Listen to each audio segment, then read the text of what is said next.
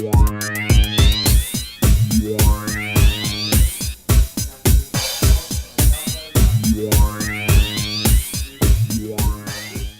typical terminal, especially in the provinces, is just to provide services.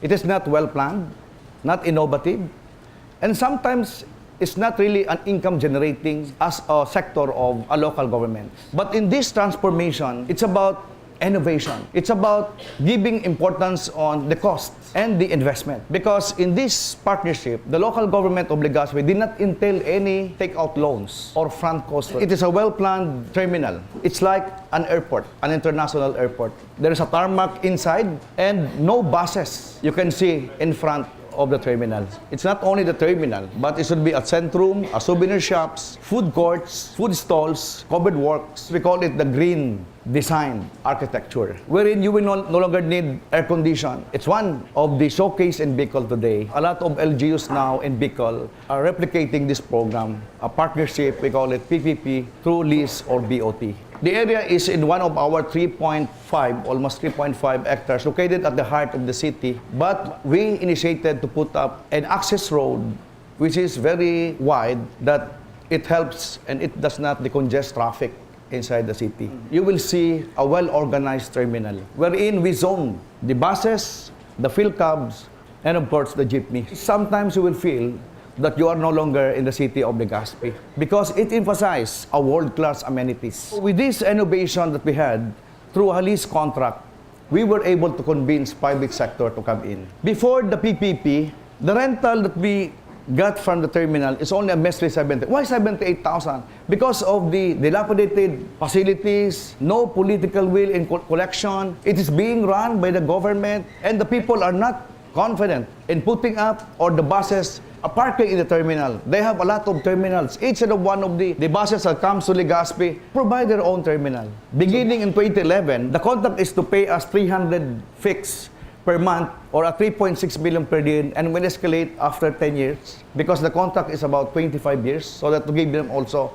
time to recuperate their front costs after 5 years. So if you notice the discrepancy in the income in just first year of implementation. And what is important here, our other income will now be given to other types of services. So if you notice, no MOE, no PS, and no other expenses. But before, we have a negative of almost 400,000. The project component is leasing of portion of the city, preparation of the site development, waiving of real estate property to make it attractive to investors.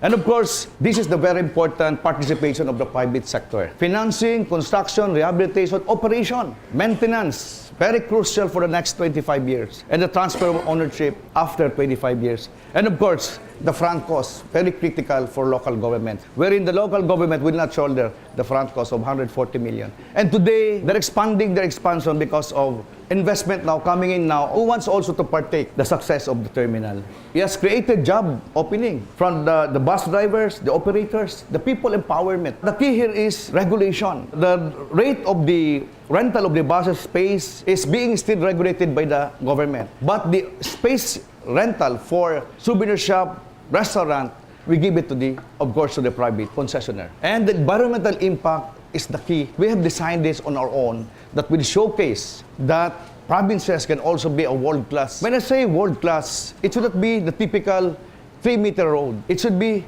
now a futuristic highway that you are planning for the next 50 years. I am an engineer. What is important is the access road. And I'm so proud that we have done something because of the expansion and making it easy for the buses to come, entrance, and access to the said facilities. Right now, we were told by the developer that SM, Save More is coming and a lot more to increase their income and of course, increase also income for the local government. There will be no maintenance costs, no overhead, no expenses. And of course, being handled and managed by a private entity is better than government. How did you deal with the various stakeholders and get them to buy into this? Opportunities for business. For me, the traffic in the terminal, you will no longer have to attract people because the traffic is already there. From other provinces, from other barangays, and of course for your neighboring cities. So it was very easy for us because we were able to convince not only the investors, but the stakeholders that this is an opportunity that the bus company or the operation of the bus is not only the potential for making a such huge complex like this. You are now creating opportunities for everyone, but still regulated by the government. How did you convince them? The consultation process is very important. We were able to master the people, not only for the buses or the jeepneys, but also other businessmen, that this is the place that we can generate income for all and business for all. And of course, the feasibility study is very important. Could you just explain to me why you chose the build, lease, operate instead of the other modalities for BOT? Your income from your bus terminal is really flat. It's about 3.6 million for years. It's because you're getting it from lease. How do you benefit from this, given that you're only getting from your lease income? Way back in 2006, for us, when we studied the scheme, kailangan ba tayo mag-utang? So sabi namin, the best now is to have a lease and to attract also local investors. Kaya napilit namin yung lease, although fixed yun for the next 5 years, but hindi lang naman yun ang income namin. Yung mga mag-i-invest doon, siyempre may mayor's permit, kasabay po noon yung operation ng market. Meron ba talagang purposive gender fairness dito in terms of offering to women to have social entrepreneurship? Meron bang water treatment, sewage systems, garbage collection, all in this complex kung ano po ang ginagawa? Tungkol dun sa women, we formed the Association of the Women. And almost all in the Pasalubong Center are all members of the Women Association of Legazpi. Next question about the project. We're considered